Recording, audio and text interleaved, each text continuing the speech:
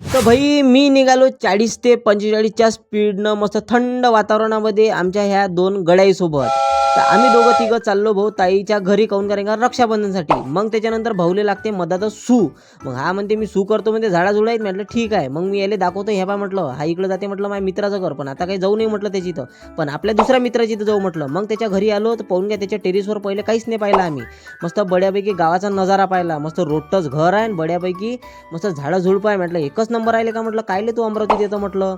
मग त्याच्यानंतर घरी आल्याबरोबर पाहतो तर काय ह्या दोघी गायब होत्या. काहून कारण का काय माहीत कुठं गेल्या होत्या तर कोणी ते घरापाचच्या बाजूनं नेलं होतं म्हणते त्याला. मग त्याच्यानंतर ताईसोबत आलो मी किराणा घ्यायला. काहून कारण का रात्री बड्यापैकी मसाले भात होता नाही पुलाव होता बड्यापैकी आणि मस्त कढी होती. मग त्याच्यानंतर ताई म्हणते घरी जायच्या पहिले म्हणते बड्यापैकी मोमोज घेऊन घेऊ म्हणते. मी म्हटलं मोमोज अरे बापरे एकच नंबर. मग काय मोमोजच्या पहिले तर त्यानं पहिले आपल्याला चटणीच आणून दिली. मग काय चटणीच चाटत बसलो. मग त्याच्यानंतर मोमोज आले एवढे गरम होते की खतरनाक होते मस्त बड्यापैकी.